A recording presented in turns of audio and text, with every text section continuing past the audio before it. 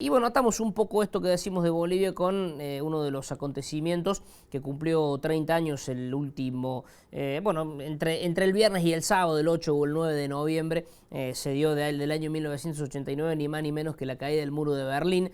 Habría que ver en qué sitio lo ubicamos de los acontecimientos del siglo XX, pero como alguna vez definió Winston Churchill, la cortina de hierro que salía desde después de la Segunda Guerra Mundial, bueno, terminaba por caer con la caída del muro y con una cuestión, bueno, absoluta que terminó por darse. Será un gusto charlar con Juan Giussiano, quien es magíster en Relaciones Internacionales, para explicarnos y para que nos explique de qué se trata un poco toda esta cuestión. Juan, ¿cómo estás? Un gran gusto. ¿Qué tal? Buen día, gracias por la invitación.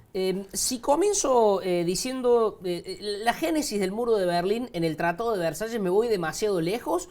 ¿O si empezamos a atar cada uno de los hechos, hay alguna relación que más o menos puede corresponderse? Sí, mira, en realidad la cuestión del muro podríamos retrotraernos, sí, a algunos acontecimientos de finales de la Primera Guerra Mundial, pero sobre todo después de la Segunda Guerra Mundial, cuando se reparte de nuevo el mundo y se establecen los límites de Europa, después de esa catástrofe que fue la Segunda Guerra Mundial, empieza la génesis esta del mundo, ¿no? Sí, digamos, el mundo se queda dividido abiertamente en los dos bandos, digamos, que podríamos decir, por un lado Estados Unidos, que es Occidente, y por el otro lado en ese momento la Unión Soviética, en donde, digamos, habían sido aliados durante la guerra, pero fue como, digamos, el espanto del fascismo los unió.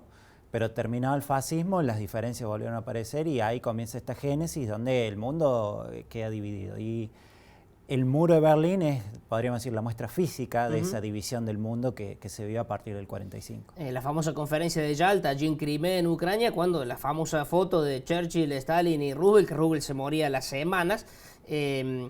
Y pensando también esto que decís de la Unión Soviética como aliado en ese momento, pero que también había tenido para con los alemanes el famoso pacto germano-soviético de Ribbentrop y Molotov, que también por un tiempo ellos tuvieron, no amistad, pero sí un alto el fuego entre sí. Después, bueno, terminó Hitler, digamos, traicionando eso que dijo, ¿no? Sí, digamos, la Unión Soviética, yo hace poco tiempo estuve allá en Rusia y tienen podríamos decir, una visión de la Segunda Guerra Mundial bastante distinta a la que hemos tenido nosotros, digamos.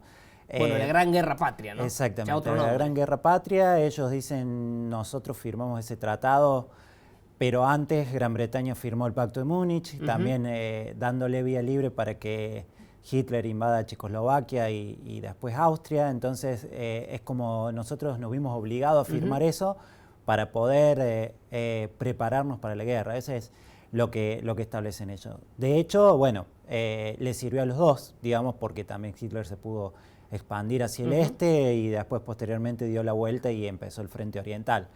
Pero eso es lo que hemos visto, digamos, esas grandes divisiones que el siglo XX nos tuvo acostumbrado en la política internacional y que, bueno, marcaron la vida del siglo XX.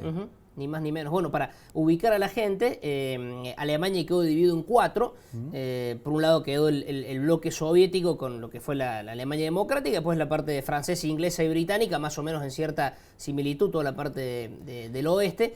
Y Berlín, a su vez, como motín de guerra apreciado, queda también dividido en cuatro, y en esa división es que ve el muro, que eran creo como 155 kilómetros, que no era un muro recto, sino que, digamos, tenía toda una circunferencia hecha. En poco tiempo pude estar en Berlín y ver eso, y la verdad que es asombroso para mal, digamos, ¿no? Es realmente impactante eso, digamos, lo curioso que pasó es que Berlín como ciudad queda del lado soviético. No obstante, está ese acuerdo de dividir la ciudad en cuatro y bueno, recién en el 61 los soviéticos deciden construir el muro, que en realidad es un muro, todos pensaban que era para evitar la invasión del oeste y en realidad era para evitar que la fuga, claro. Tal cual. Entonces por eso es un muro que rodea la ciudad, toda la parte soviética, digamos, de la ciudad. Y bueno, y que se mantuvo hasta 1989, que vemos cómo, digamos, los movimientos sociales que hoy están en boga y, digamos, no son un fenómeno nuevo en este sentido, y que fueron los que precipitaron la caída del muro, entre otros factores, pero en el caso de Berlín fue específicamente un movimiento social que se dio en horas, digamos. De la misma forma que el muro se construyó en días, la caída del muro también fue precipitada y fueron cuestiones de horas, digamos. No, bueno, al punto que quien salió a trabajar al este o al oeste y después quiso regresar y ya estaba en las Alhambras y demás, se tuvo que quedar. Y hay historias que son hasta desopilantes porque, no sé, edificios con el muro de por medio y te veías con tus familiares y uno de un lado y otro del otro sin poder salir. Y a un país como Alemania, ¿no? Que siempre ha estado en la vanguardia, ¿no? Y con un mea culpa que hacen ellos también muy especial, ¿no? Decir, bueno, toda la barbarie que hicimos con el tema del Holocausto y en lo que nos metimos después, ¿no? Sí, digamos, los costos que Alemania después tuvo que afrontar, como bien decís vos, el mea culpa, el hecho de replantearse cuestiones institucionales y hacia futuro, es decir, cómo podemos volver a convivir después de tanta barbarie. Alemania tuvo que resolver eso y después también, obviamente, conjuntamente con eso, resolver todo el proceso de haber quedado en el medio de esa Guerra Fría, que fueron los que lo vivieron, podríamos decir, más a flor de piel, porque eran el límite geográfico entre las dos potencias en ese momento. Y pensando también cómo la caída del muro, digamos, se lleva puesto, entre comillas, a Hungría, a lo que era Checoslovaquia, Polonia, Bulgaria, Rumania con Ceausescu, que estaba ahí también medio por temer de una manera muy, muy abrupta la caída de la Unión Soviética. Después, digo, fue como todo un suceso que desencadenó muchísimo más, como un muro mucho más amplio terminó cayéndose. Digamos. Sí, digamos, la Unión Soviética eran 35 repúblicas soviéticas en ese momento. Cuando cae el muro de Berlín se produce un efecto dominó que marca toda la década de los 90 y que lamentablemente fue una década que estuvo marcada por la guerra, por la guerra civil, limpiezas étnicas, digamos, después viene toda la guerra del Cáucaso, que era... Claro, Chechenia y todo eso. Claro, Yugoslavia que se divide, bueno, la República Checa y la República Eslovaca se dividen, que eran un solo país, y así tenemos varios casos de las ex repúblicas soviéticas que se van dividiendo y que lamentablemente no fueron procesos pacíficos en el medio, ¿no? Digamos, esa caída del muro fue tan abrupta porque sinceramente digamos, era el sueño norteamericano, pero no lo preveía de esa forma.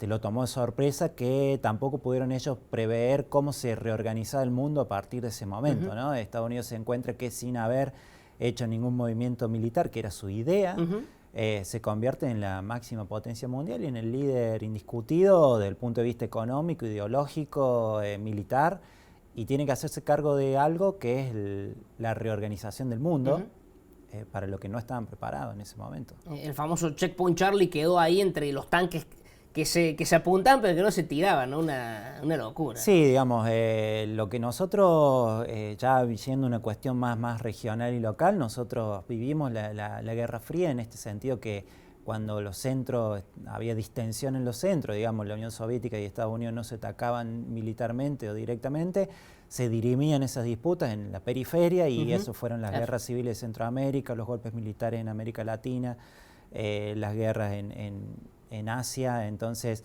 digamos, nosotros también vivimos toda esa parte de la Guerra Fría que nos afectó. En eso de las revoluciones y de separación de estados, quizá con la revolución de Terciopelo y lo de Checoslovaquia con Václav Havel, el checo, fue como la excepción de toda regla, ¿no? Los checos habían tenido su primavera de Praga y que terminó con los tanques, propios los húngaros en el 56, fue como la cuestión casi perfecta, ¿no? Sí, y a eso yo sumaría el proceso de Polonia, que también fue un proceso pacífico con Lech Walesa, digamos, un rol importante del Papa en ese momento, Karol Wojtyła, digamos, pero fueron procesos pacíficos que podríamos marcar fueron la excepción. Pudimos nombrar 3 países de esos 35 que después se multiplicaron y se dividieron. Creo que ya viniendo más a la actualidad, esas cicatrices de la Guerra Fría no han quedado, digamos, no se han pasado todavía. Y podemos escuchar discursos norteamericanos en donde sigue la retórica contra hoy la Federación Rusa y la Federación Rusa que también le gusta este juego en posicionarse nuevamente en un proceso de hegemonización que está viviendo la Federación Rusa después de casi una década, que fue la década de los 90, que fue la debacle de Rusia. Bueno, de hecho, algunos hablan de yugonostalgia, ¿no? Como los que añoran tiempos de la vieja Yugoslavia, u ostalgia, ¿no? La nostalgia de la Alemania del Este, ¿no? Sí, hoy lo que podemos ver es que ese muro, si bien ya hace 30 años que cayó el muro, las diferencias entre el este y el oeste en Alemania, en Berlín específicamente, siguen estando. digamos, los estudios económicos muestran que las mayores inversiones se hacen del lado del oeste, no del lado del este, los sueldos del lado del este son más bajos que los de... Estamos hablando de una ciudad, si bien es una ciudad cosmopolita, una capital, pero bueno, esas divisiones aún continúan. Ya para ir cerrando y te traigo acá porque no puedo no preguntarte por Bolivia, en lugar de preguntarte algo directo, te pongo en un juego. Si fueses canciller de la Argentina, ¿qué tuitearías o qué dirías hoy? Sé que no lo sabrías, pero bueno, supongamos que lo sos. ¿Qué dirías? Y creo que en estas cuestiones hay que tomar una posición firme en el sentido de la defensa de las instituciones. Digamos, pueden existir crisis políticas, pueden existir desacuerdos dentro, pero el tema de la defensa de las instituciones es sumamente importante para toda la región de Sudamérica, que vivimos años muy oscuros por esta cuestión, por no respetar las instituciones. Entonces creo que los gobiernos de la región, todos, tienen que pronunciarse en esto, que no significa estar a favor de un gobierno o de una persona específicamente, sino de la democracia y las instituciones. Y el hecho también de entender de que la democracia es eso, institucionalidad, y que no es un bien que sea defendible por un bando o por el otro, sino que la democracia es inclusiva. Entonces, creo que en ese sentido América Latina tiene que responder firmemente ante lo que está pasando en Bolivia, en este sentido, digamos, y sobre todo marcar el rol de las Fuerzas Armadas que tienen en Latinoamérica. Vamos, el hecho de que, por más que haya sido una sugerencia pacífica, las Fuerzas Armadas no tienen ese rol de marcar a los presidentes cuándo tienen que llegar, cuándo tienen que irse.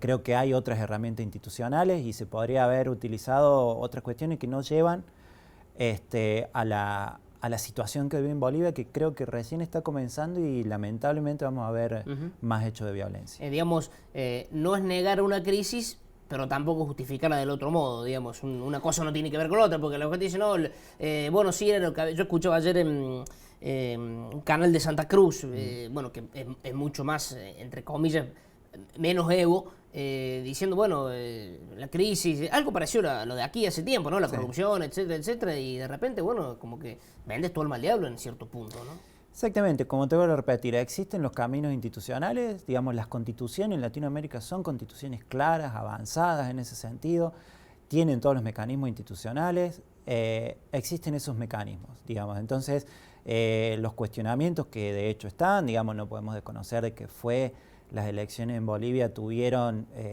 cuestiones raras, por así mencionarlas, pero había canales institucionales, creo que había una predisposición por el gobierno de Evo Morales de tratar de salvar la situación, de llamar a nuevas elecciones.